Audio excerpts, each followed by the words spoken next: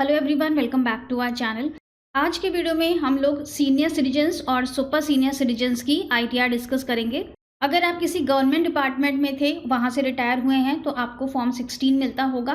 और अगर आपका टीडीएस डिडक्ट नहीं होता है, मतलब कि आप टैक्सेबल लिमिट में नहीं आते हैं, तो आपको फॉर्म 16 भी नहीं मिलेगा। तो इस केस में हम पेंशन का अमाउंट कैसे लेंगे? अगर हमारी पेंशन पर या हमारी सैलरी पर कोई भी टीडीएस डिडक्ट नहीं होता है, तो वो हमें अपने फॉर्म 26 एएस में भी नहीं मिलता है। उस केस में हम अपनी पासबुक से या बैंक स्टेटमेंट से अपने पेंशन का अमाउंट ले सकते हैं। सबसे पहले तो आपको सारी इन्फॉर्मेशंस कलेक्ट कर लेनी है कि आपका एफडी पर इंटरेस्ट कितना है, सेविंग बैंक का इंटरेस्ट कितना है, आपकी पेंशन इनकम कितनी है। कहीं पर अगर आप पार्ट टाइम बिजनेस कर रहे हैं या कोई प्रोफेशनल चार्जेस आपको मिल रहे हैं, तो वो कितने मिल रहे हैं। सारी इनकम आपको कलेक्ट कर लेनी है, साथ ही जो भी डिडक्शंस आपको लेने हैं वो भी कलेक्ट कर लेने हैं। इसके बाद सबसे पहले कंपैरिजन किया जाता है कि हम ओल्ड टैक्स रिजीम में अपनी आईटीआर को फाइल करें या न्यू टैक्स रिजीम में फाइल करें। ओल्ड टैक्स रिजीम में हमें काफ़ी सारे डिडक्शंस मिलते हैं, लेकिन न्यू टैक्स रिजीम में टैक्स स्लैब रेट्स कम हैं। इसलिए पर्सन टू पर्सन डिपेंड करता है कि कौन सी रिजीम आपके लिए फ़ायदेमंद होगी। तो सबसे पहले तो हम कंपैरिजन करेंगे। इसके लिए हम अपने अकाउंट में लॉगिन करते हैं। आगे बढ़ने से पहले आप लोगों से छोटी सी रिक्वेस्ट है, अगर चैनल पर नए हैं तो सब्सक्राइब जरूर कर लीजिएगा और अगर हमारा वीडियो अच्छा लगे तो लाइक कर दीजिएगा। अकाउंट में लॉगिन करने के बाद हम अपना एआईएस स्टेटमेंट ओपन करेंगे, जो कि हमें यहाँ ब्लू लाइन में मिलेगा। Proceed AIS. यहाँ पर हम टीआईएस ले लेंगे, समरी फॉर्म। टीआईएस हमें इस तरह से दिखता है, जहाँ पर कि हमारी salary, income, dividend, interest from saving bank और इंटरेस्ट फ्रॉम डिपॉजिट है। पेंशन और सैलरी सेम चीज़ है, दोनों ही सेक्शन 192 में कवर होते हैं। यहाँ पर जो अमाउंट डिस्प्ले हो रहा है यही आपके फॉर्म 16 में भी आपको मिलेगा। दोनों में से कोई भी आप ले सकते हैं, लेकिन अगर अमाउंट्स डिफरेंट हैं तो हमेशा ज़्यादा वाला अमाउंट लेकर ही फाइलिंग करिएगा। अब यहाँ पर हमें जो भी इन्फॉर्मेशन डिस्प्ले हो रही हैं उनका हम टोटल लगा लेते हैं। Salary, dividend, interest from saving bank और इंटरेस्ट फ्रॉम डिपॉजिट। अगर आप न्यू रिजीम में फाइल करते हैं तो सिर्फ स्टैंडर्ड डिडक्शन मिलता है। इसके अलावा कोई भी डिडक्शन सीनियर सिटीजन्स या सुपर सीनियर सिटीजन्स को नहीं मिलता है। तो हमें टोटल इनकम ले लेनी है, उसमें से हम सिर्फ 50,000 का स्टैंडर्ड डिडक्शन लेस करेंगे और न्यू टैक्स रिजीम में हमारा क्या टैक्स रेट बन रहा है वो हम चेक कर लेंगे। कैसे चेक करना है वो भी देखेंगे। पहले हम ओल्ड टैक्स रिजीम की बात कर लेते हैं। अगर ओल्ड टैक्स रिजीम में आप देखना चाहते हैं तो सबसे पहले तो आपको अपने डिडक्शंस देखने हैं कि आप क्या क्या क्लेम करना चाहते हैं। मान लेते हैं कि आपके पास 80C में पूरा 1.5 लाख है। मेडिकल एक्सपेंसेस हैं आपके पास 50,000 रुपये के। इसके अलावा सीनियर सिटीजन्स को जो 80TTB में इंटरेस्ट का डिडक्शन मिलता है वो भी है आपके पास 50,000 रुपये का। तो टोटल डिडक्शंस जो आप क्लेम कर सकते हैं वो हो गए आपके 2 लाख के, और साथ ही सैलरी से, पेंशन से आपको जो 50,000 का स्टैंडर्ड डिडक्शन मिलेगा वो अलग, यानी कि 2.5 लाख रुपए के आपके डिडक्शंस हो गए जो आप क्लेम कर सकते हैं। अब हम कैलकुलेटर पे चलते हैं और चेक करेंगे कि कौन सी रिजीम हमारे लिए बेटर होगी। तो हम सबसे पहले होम पेज पर आ जाते हैं, इनकम टैक्स कैलकुलेटर। यहाँ पर आपको एडवांस कैलकुलेटर में जाना है। दोनों तरह से यहाँ पर अवेलेबल है। आप चाहें तो यहाँ पर हेड वाइज अपनी इनकम दे सकते हैं। सैलरी से आपको कितना मिल रहा है, इनकम फ्रॉम अदर सोर्सेज में कितना है, इंटरेस्ट फ्रॉम सेविंग बैंक और इंटरेस्ट फ्रॉम एफडी, डिडक्शंस आप कितने क्लेम करना चाहते हैं, तो हम यहाँ पर टोटल फिलअप कर लेते हैं। और अगर आप लमसम फिगर लेकर करना चाहते हैं तो बेसिक कैलकुलेटर में जाएंगे। यहाँ पर आप टोटल अमाउंट दे सकते हैं और यहाँ पर आप डिडक्शंस देंगे। जैसे कि ओल्ड टैक्स रिजीम के लिए हमारे पास डिडक्शंस हैं 2.5 लाख रुपए के, और टोटल इनकम जो हमें एआईएस में दिख रही है इसका पूरा हमें टोटल कर लेना है। टोटल इनकम हमारी 12 लाख समथिंग आती है, और यहाँ साइड में हमें पता चल जाता है कि हमारा कितना टैक्स बनेगा ओल्ड में और न्यू में। न्यू को हम यहाँ पर नहीं लेंगे क्योंकि न्यू में कोई भी डिडक्शंस हमें नहीं मिलते हैं। हमें यहाँ पर सिर्फ इतना देखना है ओल्ड में हमारा कितना टैक्स बन रहा है। 1,10,000 समथिंग का यहाँ पे हमारा टैक्स बन रहा है। 2.5 लाख के हमने डिडक्शंस लिए हैं। अब हमें चेक करना है कि न्यू टैक्स रिजीम में हमारा कितना टैक्स बनेगा।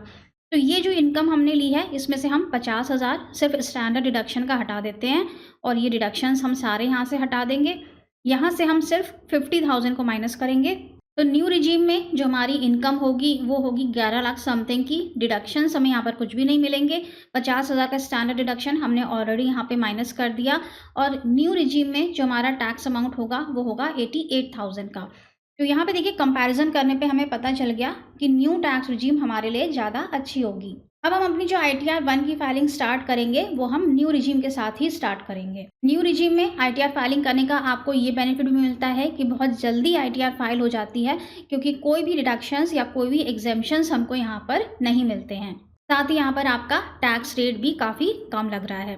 तो चलिए ITR फाइलिंग स्टार्ट करते हैं। सेलेक्ट करेंगे assessment year 24-25, online mode, continue. Personal information को पहले कन्फर्म कर लेंगे। इसमें यहाँ पर हम डिफ़ॉल्ट रिजीम ही रहने देंगे। यहाँ पर हम न्यू टैक्स रिजीम में ही फाइलिंग करेंगे। इसके बाद ग्रॉस टोटल इनकम आता है। अब एग्जामिशंस हमें कुछ भी नहीं मिलने हैं, तो कंटिन्यू कर देते हैं। सबसे पहले है सैलरी की डिटेल्स। आपके AIS स्टेटमेंट से सैलरी यहाँ पर ऑटो पॉपुलेट होगी। अगर ये रॉन्ग फिगर यहाँ पर आ रही है तो आप एडिट पे क्लिक करके इसको करेक्ट भी कर सकते हैं। इसके अलावा पेंशन से हमें कोई भी डिडक्शन या एग्जेम्पशन नहीं मिलता है, तो हम सैलरी एज इट इज़ रहने देंगे। स्टैंडर्ड डिडक्शन भी अपने आप आ जाएगा। Income chargeable under the head salary amount आ गया। इसके बाद आता है इनकम फ्रॉम हाउस प्रॉपर्टी। अगर आपको रेंटल इनकम भी रिसीव होती है किसी प्रॉपर्टी के लिए, तो आप उसकी वैल्यूज़ यहाँ पर दे सकते हैं। न्यू टैक्स रिजीम में हम होम लोन का बेनिफिट भी ले सकते हैं, लेकिन उसके लिए कंडीशन है कि आपकी प्रॉपर्टी रेंट पर उठी हुई होनी चाहिए। अगर सेल्फ ऑक्यूपाइड हाउस है और उसके लिए आप होम लोन का पेमेंट कर रहे हैं, तो होम लोन के लिए डिडक्शन नहीं मिलता है। आपको रेंटल इनकम दिखानी है तो यहाँ इनकम फ्रॉम हाउस प्रॉपर्टी में आएंगे, यहाँ पर एडिट पे क्लिक करेंगे। यहाँ पे आप सेलेक्ट करेंगे। अगर सेल्फ ऑक्यूपाइड सेलेक्ट करेंगे तो यहाँ पर इंटरेस्ट के लिए कॉलम हाईलाइट नहीं होगा। अगर हम यहाँ पर सेलेक्ट करेंगे लेट आउट, तो यहाँ पर आप ग्रॉस रेंट की वैल्यू दे सकते हैं कि आपको कितनी रेंटल इनकम आ रही है। मान लेते हैं कि 1 लाख आ रही है और इसमें से हम होम लोन का रिडक्शन भी क्लेम कर सकते हैं। मान लेते हैं कि 74,000 है हमारा होम लोन का इंटरेस्ट। इसे हम ऐड कर देंगे।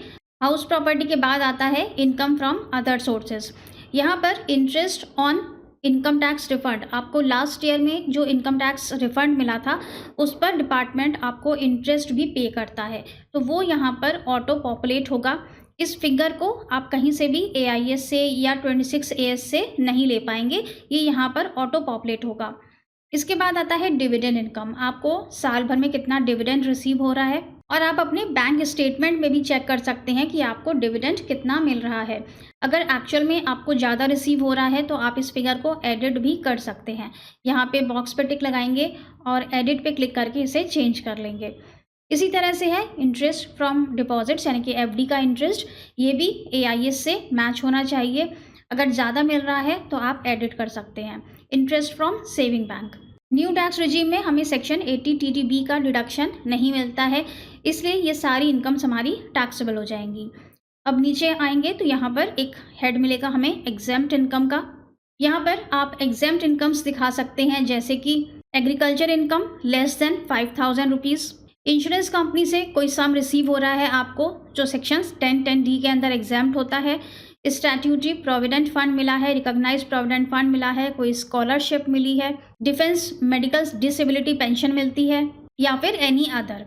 एनी अदर में और भी बहुत सारी इनकम्स होती हैं जो कि एग्जेम्प्ट हैं, जैसे कि PPF का इंटरेस्ट मिल रहा है, या PPF की मेच्योरिटी हो गई है, उसका लमसम अमाउंट मिला है तो वो भी एग्जेम्प्ट होता है।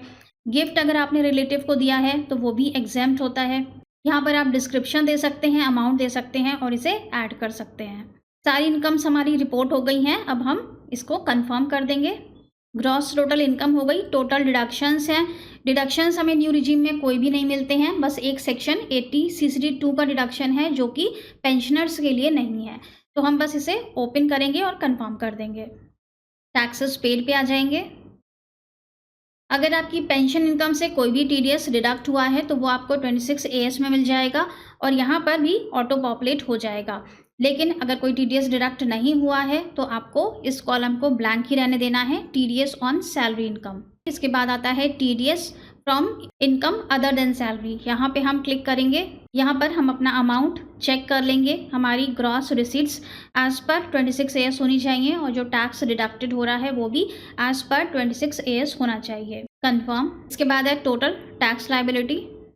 यहाँ पर आप कंपटीशन देख सकते हैं, कितनी इनकम पर कितना टैक्स लगा है, उसमें से आपका कोई TDS एडजस्ट हुआ या नहीं, एजुकेशन सेस कितना लगा, डिले पेमेंट ऑफ टैक्स पर आपके ऊपर इंटरेस्ट कितना लगा है, इसे भी कंफर्म कर देंगे। प्रोसीड करेंगे। यहाँ पर हमारी टैक्स लायबिलिटी हमें कैलकुलेट करके बता दी गई है। अब ये वीडियो बनाने का हमारा जो मेन पर्पस था वो यही कि पेंशनर्स के लिए बहुत ज़रूरी है कि वो अपनी इनकम्स को पहले ही कैलकुलेट कर लें। 31 मार्च तक आप अपनी इनकम्स को कैलकुलेट कर लें, जिससे कि अगर कोई भी आपके ऊपर टैक्स की लायबिलिटी बनती है तो वो आप 31 मार्च से पहले पे कर दें। पेंशन इनकम पर कोई भी टीडीएस डिडक्ट नहीं होता है, इसीलिए आपके ऊपर बाद में टैक्स लायबिलिटी बन जाती है। अब पहले हमें इस टैक्स का पेमेंट करना होगा, उसके बाद ही हम अपनी आईटीआर को अपलोड कर पाएंगे। पेमेंट करने के लिए हम पे नाउ के ऑप्शन पर क्लिक करेंगे, चालान जनरेट करेंगे और नेट बैंकिंग के थ्रू या यूपीआई के थ्रू हम पेमेंट कर सकते हैं। और अगर हम टोटल इनकम पर टैक्स की बात करें तो हमने न्यू रिजीम में फाइलिंग की है और न्यू रिजीम में हमें सिर्फ 88,000 का टैक्स देना पड़ रहा है। वहीं अगर हम ये फाइलिंग ओल्ड टैक्स रिजीम में करते तो डिडक्शंस क्लेम करने के बावजूद भी हमारा जो टैक्स था वो 1,10,000 समथिंग बन रहा था। सीनियर सिटीजन्स को एडवांस टैक्स पेमेंट से रिलीफ दिया गया है, इसीलिए यहाँ पर इंटरेस्ट की कैलकुलेशन नहीं हुई है। अगर इंटरेस्ट यहाँ पे लग जाता तो ये फिगर काफ़ी अच्छी खासी हो जाती, लेकिन एडवांस टैक्स में रिलीफ आपको तभी मिलता है जब तक कि आपकी कोई बिजनेस इनकम नहीं है। अगर सैलरी के साथ साथ आपकी बिजनेस इनकम भी है तो फिर इंटरेस्ट लग जाता है आपकी टैक्स लायबिलिटी के ऊपर। चालान का पेमेंट आपको कैसे करना है, तो पे नाउ पर क्लिक करेंगे, continue. Assessment year 24-25 auto selected आएगा। सेल्फ असेसमेंट टैक्स ये हेड सेलेक्टेड आएगा। आपको कंटिन्यू करना है, चालान जनरेट हो जाएगा और आप नेट बैंकिंग से या यूपीआई से, डेबिट कार्ड से, क्रेडिट कार्ड से पेमेंट कर सकते हैं। इस पर सेपरेट वीडियो हमने अपलोड किया था जहां पर हमने सिर्फ इसी स्टेप से आपको आगे का प्रोसीजर दिखाया था। लिंक आपको नीचे डिस्क्रिप्शन बॉक्स में दे देंगे, वहां से आप चेकआउट कर सकते हैं कि आपको आगे का प्रोसेस कैसे करना है। तो thank you so much for watching this video. I hope कि ये वीडियो आपके लिए यूजफुल रहा होगा। मिलेंगे नेक्स्ट वीडियो में। Till then stay safe and healthy. Bye bye.